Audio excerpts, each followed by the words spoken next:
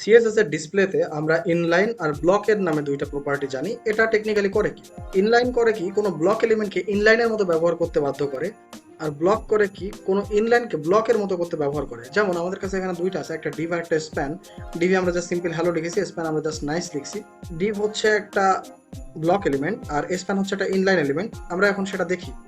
যদি আমরা ডিভ আনি, এর আমরা হাইট ওয়েট দিয়ে দিই এবং ব্যাকগ্রাউন্ড কালার আমরা দিয়ে দিই রেড, এটা আমাদের কাজ করছে। যদিও আমি লেখাটাকে একটু বেশি বড় করে দিছি, যে আমি কমায় হয়তো 20 করে দিলে বেটার হবে। সেম কাজ যদি আমরা স্প্যানের ক্ষেত্রে করি, সবগুলো আমরা জাস্ট কপি করে নিয়ে গেলাম। কালারটা এক্ষেত্রে আমরা রেড না দিয়ে আমরা যে কোনো একটা কালার দিয়ে দিই, যেমন ধরি এখানে আমরা দেখতেছি আমাদের এখানে হাইট ওয়েট আসেনি, যদি আমরা হাইট ওয়েট দিয়ে দিছি। ডিভের ক্ষেত্রে আসছে কারণ এটা ব্লক এলিমেন্ট, কিন্তু এর ক্ষেত্রে আসেনি। এর প্রধান কারণ এটা একটা ইনলাইন এলিমেন্ট। এই ক্ষেত্রে আমরা ডিভের জায়গায় যদি ডিসপ্লে ইনলাইন করে দিই, সেক্ষেত্রে এ এতক্ষণ যে ব্লক এলিমেন্টের মতো ব্যবহার করছিল সেটা হারাবে। সেক্ষেত্রে এটা শুধু হ্যালো হয়ে গেছে।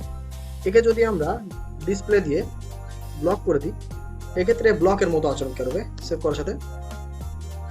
And that's it.